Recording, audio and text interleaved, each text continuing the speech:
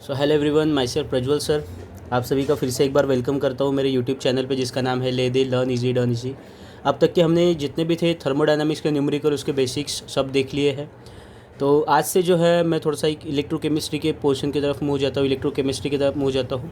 Electrochemistry में starting में कुछ इलेक्ट्रोकेमिकल जो सेल है, इलेक्ट्रोकेमिस्ट्री की जो इलेक्ट्रोकेमिकल सेल है उसके ऊपर मैं वीडियो बनाता हूँ। आपको पता है बोर्ड के एग्ज़ाम में जो है 4 इलेक्ट्रोकेमिकल सेल है। 4 इलेक्ट्रोकेमिकल सेल में से एक तो डेफिनेटली आ ही जाता है, चाहे वो ड्राई सेल हो रहे, H2O2 सेल रहे या फिर लीड अकोमुलेटर रहे। ठीक है, तो उनमें से कोई ना कोई जो आ ही जाता है। तो आज से मैं जो है वो सबसे पहले इलेक्ट्रोकेमिकल सेल से स्टार्ट करता हूँ। पहला जो इलेक्ट्रोकेमिकल सेल यहाँ पे ले रहा हूँ मैं, वो ले रहा हूँ ड्राई सेल। तो एक्चुअली ड्राई सेल होता क्या है ये हम लोग आज देख लेंगे। साथ ही साथ ड्राई सेल के जितने भी नेट सेल रिएक्शन रहे, जिसको हम लोग ओवरऑल रिएक्शन भी बोलते हैं या फिर रेडॉक्स रिएक्शन बोलते हैं, तो वो नेट सेल रिएक्शन रहे या फिर ड्राई सेल का जो कंस्ट्रक्शन रहे वो भी हम लोग देख लेंगे। तो कंस्ट्रक्शन जो करना है हमें ड्राई सेल जनरली 3 मार्क के लिए क्वेश्चन आएगा। 3 मार्क में क्या आएगा, 1 मार्क के लिए उसके आएंगे डायग्राम विथ लेबलिंग, 1 मार्क के लिए आ सकता है उसका कंस्ट्रक्शन, और 1 मार्क के लिए आ सकती है उसकी नेट सेल रिएक्शन जो है वो। ठीक है, तो यहाँ पे मैं डायग्राम तो आपको पता है, ठीक है। उसके भी कंस्ट्रक्शन कैसा करना है वो कंस्ट्रक्शन मैं आपको कुछ पॉइंट्स में बता दूंगा। सबसे पहला पॉइंट जो आपको जनरल पॉइंट लिखना है वो लिखना है, आपको पता है ड्राई सेल जो है वो इलेक्ट्रोकेमिकल टाइप ऑफ सेल है, तो सबसे पहला पॉइंट वही रहेगा, dry cell is a electrochemical type of cell. ठीक है। सेकंड पॉइंट में क्या लिखना है, अपने को पता है जो एक्सटर्नली ड्राई सेल है वो किससे कवर्ड है, एक्सटर्नली कवर्ड रहता है वो पेपर स्पेसर से।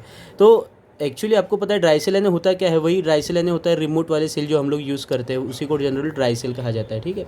एक्सटर्नली जो है वो पेपर स्पेसर से जो है कवर्ड रहता है, तो यहाँ पे सेकंड पॉइंट वही लिखेगा, externally it is covered by paper spacer. ठीक है। उसके बाद थर्ड पॉइंट लेंगे, इनसाइड द पेपर स्पेसर के जैसे हम लोग ये एक्सटर्नली दिख रहा है, ये लाइन दिख रही है आपको पेपर स्पेसर, तो इसके जैसे बैक जाएंगे, जिसके जैसे अंदर चले जाएंगे तो एक छोटी लाइन दिख जाती है। ठीक है।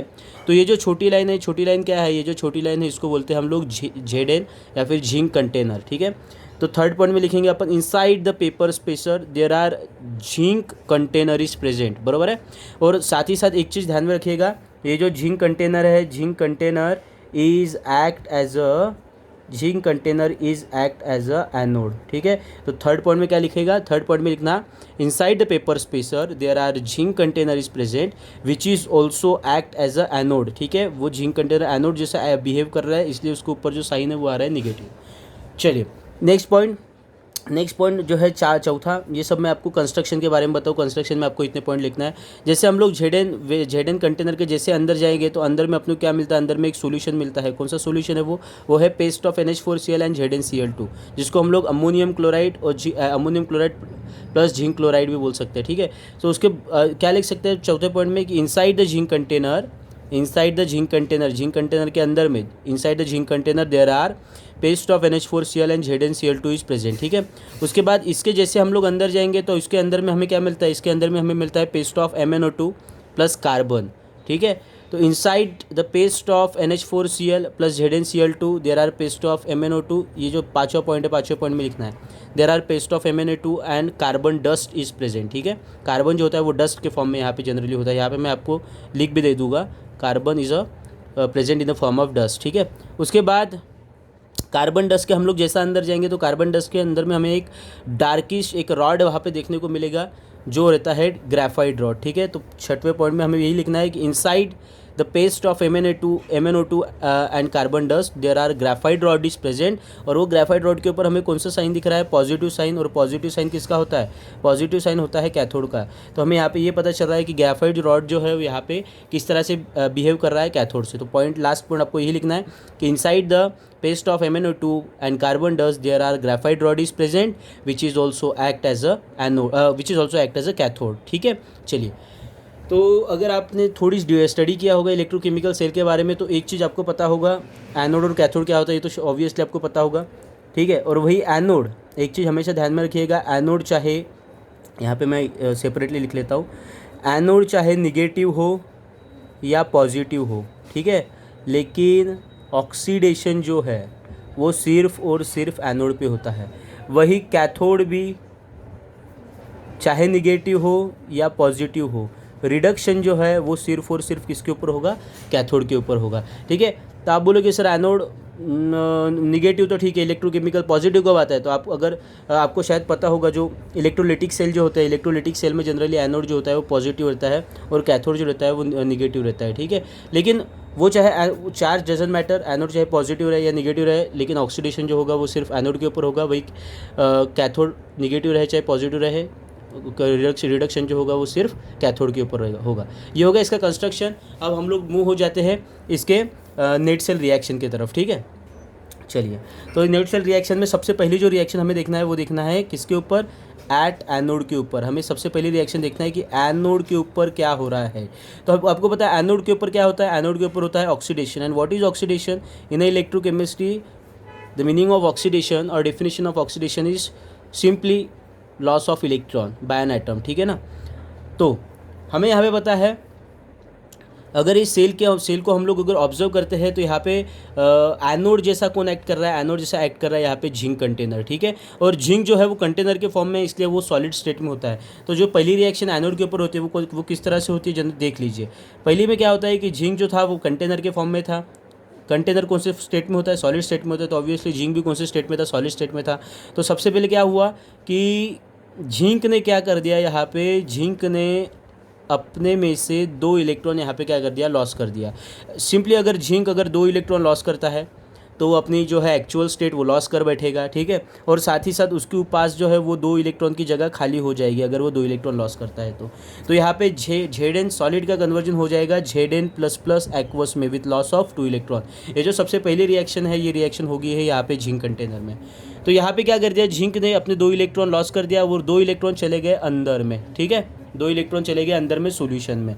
तो सेकेंड रिएक्शन देखना है अपने को काय में, क्या एट कैथोड में। ये पहली रिएक्शन देख लिया अपन ने एनोड में, सेकेंड रिएक्शन देखना है अपने को कैथोड में। और कैथोड में क्या होता है, कैथोड में हो जाता है यहाँ पे रिडक्शन। चलिए, अब थोड़ा अच्छे से यहाँ पे एक चीज़ मैं थोड़ा आपको अच्छे से समझा के बता दूंगा। आपको पता है, हम अपने को पता है कि यहाँ पे पहली रिएक्शन क्या हो गया, Zn सॉलिड का कन्वर्जन हो गया Zn++ एक्वस में विथ लॉस ऑफ 2 इलेक्ट्रॉन। और 2 इलेक्ट्रॉन जो है यहाँ से हो गए लॉस, और वो 2 इलेक्ट्रॉन चले गए यहाँ पे, कहाँ पे, अंदर में, सेल के अंदर में। और यहाँ पे जिंक जो सॉलिड स्टेट में था उसका कन्वर्जन हो गया एक्वस स्टेट में। ठीक है, जिंक सॉलिड का कन्वर्जन हो गया एक्वस स्टेट में विथ लॉस ऑफ 2 इलेक्ट्रॉन, और 2 इलेक्ट्रॉन चले गए अंदर में। तो 2 इलेक्ट्रॉन जैसे अंदर चले जाएंगे तो सबसे पहले उनकी मुलाकात किससे होंगी, सबसे पहले उनकी मुलाकात होगी, जैसे आपको पता है यहाँ पे ये होगा आपका Zn वेसल, Zn कंटेनर, और इलेक्ट्रॉन चले गए हैं अंदर। तो अंदर जाते बराबर दो इलेक्ट्रॉन है, 2 इलेक्ट्रॉन की मुलाकात किससे हो रही है, यहाँ पे हो रही है पेस्ट ऑफ NH4 सेल और ZnCl2 से। ठीक है, चलिए, तो यहाँ पे मैं थोड़ा सा आपको समझाने के लिए एक पेज यूज़ करता हूँ। जैसा ये जो 2 इलेक्ट्रॉन है, 2 इलेक्ट्रॉन किसके कांटेक्ट में आ जाएंगे, पेस्ट ऑफ NH4Cl और ZnCl2 के कांटेक्ट में आ जाएंगे। वैसा ये जो है NH4Cl और ZnCl2, इसका हो जाएगा आयनाइजेशन। इसका आयनाइजेशन कैसा होगा, इनका आयनाइजेशन कुछ इस तरह से होगा। इसका आयनाइजेशन होगा NH4+ और Cl- में, ये हो गया आयनाइजेशन NH4Cl का। वही ZnCl2 का आयनाइजेशन होगा Zn++ एक्वस। चलिए, स्टेट तो बाद में इसको लिख लूँगा, Zn++, ठीक है, Zn++ और ट्वाइस Cl- में। इस तरह से इन दोनों का हो जाएगा आयनाइजेशन। अब हमें ये देखना है कि ये जो 2 इलेक्ट्रॉन है, 2 इलेक्ट्रॉन किसके तरफ जाएंगे। ठीक है, या फिर ये जो 2 इलेक्ट्रॉन है, ये NH4Cl और ZnCl2 में से कौन ऐसा है जो ये 2 इलेक्ट्रॉन को एक्सेप्ट करेगा। तो एक चीज़ ध्यान में रखिएगा, इलेक्ट्रॉन के ऊपर जनरली चार्ज होता है नेगेटिव। ठीक है, तो यहाँ पे आयनाइजेशन होने के बाद अपना क्लोरीन जो है, क्लोरीन टूट के कौन सा चार्ज यहाँ पे शो कर रहा है, नेगेटिव चार्ज शो कर रहा है। तो ऑब्वियसली यहाँ पे इलेक्ट्रॉन का नेगेटिव चार्ज और क्लोरीन का नेगेटिव चार्ज नेगेटिव हो जाएगा यहाँ पे रिपल्शन। तो एक चीज़ तो क्लियर होगी कि ये जो 2 इलेक्ट्रॉन है, 2 इलेक्ट्रॉन क्लोरीन तो एक्सेप्ट करने नहीं वाला। वही ये भी क्लोरीन दिख रहा है हमें, क्लोरीन जो है वो नेगेटिव चार्ज शो कर रहा है, इलेक्ट्रॉन वो भी नेगेटिव चार्ज, तो नेगेटिव यहाँ पे भी हो जाएगा रिपल्शन। तो ये भी क्लोरीन जो है 2 इलेक्ट्रॉन एक्सेप्ट नहीं करने वाला। सेकेंड चीज़ आ जाती है यहाँ पे Zn++। तो एक बात ध्यान में रखिएगा, हमें पता है ये जो 2 इलेक्ट्रॉन आए हैं, ये 2 इलेक्ट्रॉन किसने दिया है, 2 इलेक्ट्रॉन दिया है जिंक ने। ठीक है ना, तो एक तो बड़ी सिंपल सी बात है कि जिंक अपने खुद के इलेक्ट्रॉन खुद को तो देगा नहीं, है ना। जिंक खुद के, ये जो 2 इलेक्ट्रॉन किसके, जिंक के हैं, तो जिंक अपने ही इलेक्ट्रॉन खुद को तो देने से रहा। ठीक है, तो वहाँ पे जिंक का भी नंबर हो जाता है कट। तो बचा यहाँ पे कौन, NH4+। ठीक है, तो अभी एक चीज़ थोड़ा सा अच्छे से ध्यान में दीजिएगा, कि NH4 प्लस में अपने पास क्या दिख रहा है, यहाँ पे NH4 प्लस यहाँ पे जो है वो इलेक्ट्रॉन गेन करने वाला है, ठीक है। लेकिन बात यहाँ पे ये अड़ जाती है कि NH4 जो है उसके ऊपर सिर्फ एक ही पॉजिटिव चार्ज है, जिसका मतलब ये हो जाता है कि उसके पास सिर्फ एक ही इलेक्ट्रॉन की जगह खाली है और यहाँ पे नंबर ऑफ़ इलेक्ट्रॉन 2 एक्सेप्ट करना है। तो 2 इलेक्ट्रॉन एक्सेप्ट करने के लिए यहाँ पे हमें NH4 प्लस के भी कितने मॉलिक्यूल लेना पड़ेगा, 2 मॉलिक्यूल। तो यहाँ पे मैं सेकेंड रिएक्शन लिख रहा हूँ। तो सेकेंड रिएक्शन क्या हो जाती है कि यहाँ पे 2 मॉलिक्यूल आ जाते हैं NH4 प्लस के, जो कि थे कौन से स्टेट में, एक्वस स्टेट में। उन्होंने क्या किया, यहाँ पे 2 इलेक्ट्रॉन एक्सेप्ट किया और वो कन्वर्ट हो गई किसके फॉर्म में, वो कन्वर्ट हो गए सबसे पहले गैस के फॉर्म में, जिसका नाम है अमोनिया NH3 गैस। और साथ ही साथ यहाँ से क्या निकल गया बाहर, यहाँ से निकल गया हाइड्रोजन गैस, ठीक है। अब बोलोगे आप सर ये कैसा हो गया, मैं इसको थोड़ा सा एक अच्छे से आपको एक बार समझा देता हूँ। NH4 प्लस का जैसे आपको पता है नाइट्रोजन की वैलेंसी एक तो 3 होती है या फिर 5 होती है, ठीक है। लेकिन यहाँ पे क्या है, नाइट्रोजन के पास एक इलेक्ट्रॉन की जगह खाली है, ठीक है। तो यहाँ पे उसके पास कितने हाइड्रोजन है, 4 हाइड्रोजन, जिसको हम लोग NH4 प्लस बोल दिए, ठीक है। चलिए, तो अब क्या हो जाता है यहाँ पे कि जब 2 इलेक्ट्रॉन, अभी नाइट्रोजन को 2 इलेक्ट्रॉन गेन करना है, लेकिन नाइट्रोजन 4 वैलेंसी पे स्टेबल नहीं रहता है, इसलिए वो क्या करेगा, एक हाइड्रोजन से अपना एक इलेक्ट्रॉन वापस ले लेगा। इलेक्ट्रॉन वापस लेने के बाद उसका ये पॉजिटिव चार्ज सेटिस्फाइड हो जाएगा और यहाँ पे एक मॉलिक्यूल निकल जाएगा, कौन सा, NH3। तो यहाँ पे हाइड्रोजन ने क्या कर दिया, एक इलेक्ट्रॉन दे दिया, किसको दे दिया है, नाइट्रोजन को। तो यहाँ पे हाइड्रोजन के ऊपर आ जाएगा एक पॉजिटिव चार्ज। ये हो गया एक NH4 के लिए। अब दूसरा NH4 के लिए भी सेम सिचुएशन,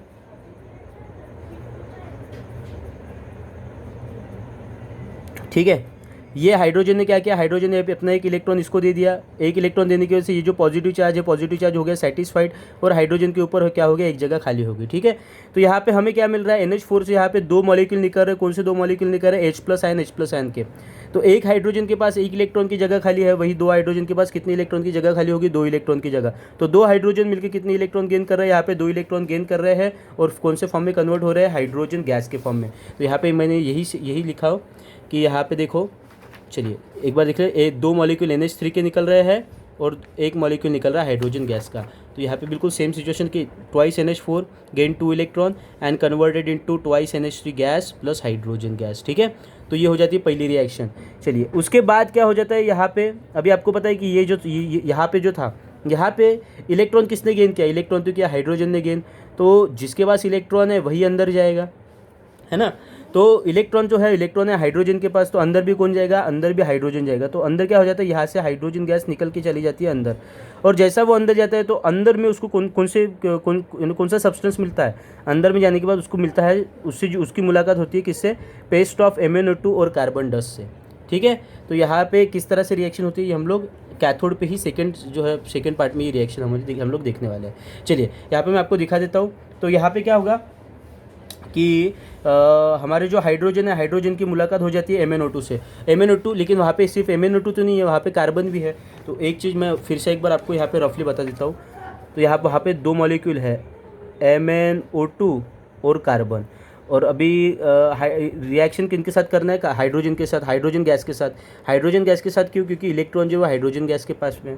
अब एक चीज़ ध्यान में रखिएगा, अगर हाइड्रोजन कार्बन के साथ अगर रिएक्ट यहाँ पे होगा तो वहाँ पे मैक्सिमम पॉसिबिलिटीज़ रहेगी कोई हाइड्रोकार्बन बनाने की। जनरली यहाँ पे जो हाइड्रोकार्बन बनने की जो मैक्सिमम चांसेस है वो है मीथेन, ठीक है। क्योंकि यहाँ पे कार्बन डस्ट के फॉर्म में, जिस जनरली वो एक मॉलिक्यूल के फॉर्म में, ठीक है ना।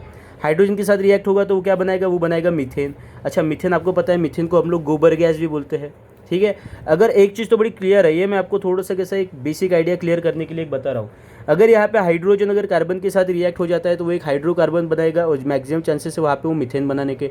अगर मान के चलो उसने मीथेन बना दिया तो मीथेन तो ठहरी गोबर गैस।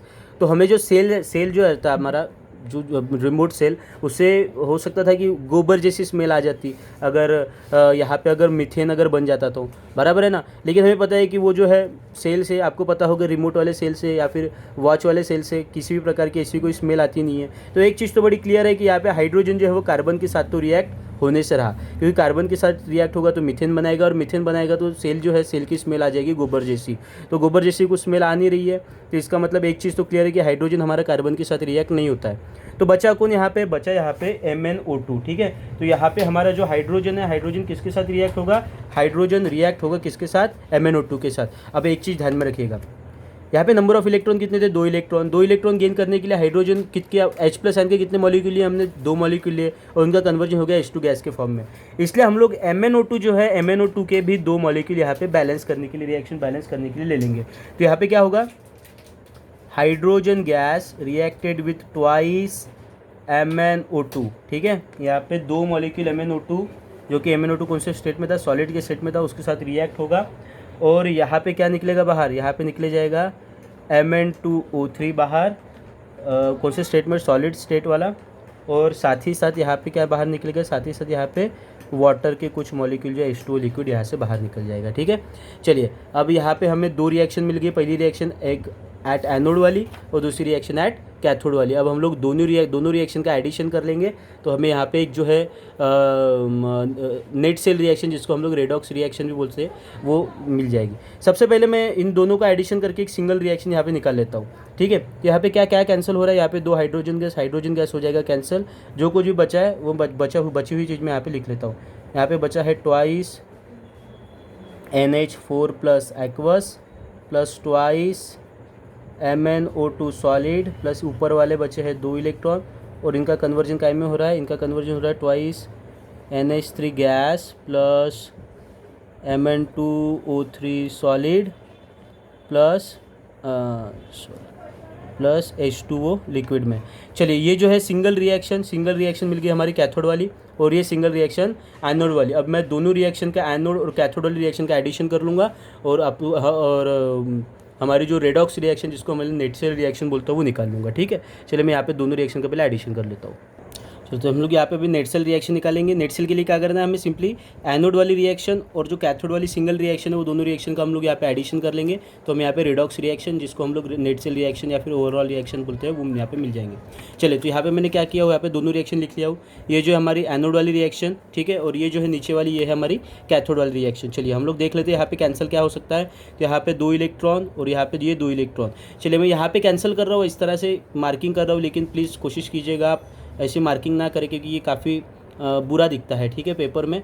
तो आप इस तरह से ना करें, आप डायरेक्ट भी लिख लेंगे तो भी चलेगा, वो कंसीडर हो जाता है। तो यहाँ पे क्या बचता है, ये जो 2 इलेक्ट्रॉन कैंसिल होने के बाद यहाँ पे क्या बच जाएगा, ये साइड में बच जाएगा यहाँ पे Zn solid plus twice NH4+ aqueous plus twice MnO2, ठीक है। MnO2 सॉलिड है या, तो इसका कन्वर्जन हो रहा है किस में, Zn++ aqueous plus twice NH3 gas plus Mn2O3 solid plus H2O liquid. तो ये जो रिएक्शन हमें यहाँ पे एक सिंगल रिएक्शन एनोड और कैथोड के एडिशन से मिल गई, तो ये रिएक्शन को हम लोग बोलेंगे हमारी नेट सेल रिएक्शन, या फिर जिसको हम लोग रेडॉक्स रिएक्शन भी बोल सकते हैं, ठीक है। तो होप आप लोग समझ गए होंगे पूरा। अगर आपको कुछ भी प्रॉब्लम आती है तो प्लीज़ मुझे कमेंट सेक्शन में, आपकी कुछ भी जो क्वेरीज है मुझे कमेंट सेक्शन में बताइए, मैं उसको डेफिनेटली सॉल्व आउट करने की कोशिश करूँगा, ठीक है। अगर वीडियो आपको समझ जाता है तो मेरा जो चैनल है ले they learn easy done easy, उसको सब्सक्राइब करके नीचे दी हुई बेल आइकन की जो घंटी है उसको दबा दीजिए। Okay, thank you so much.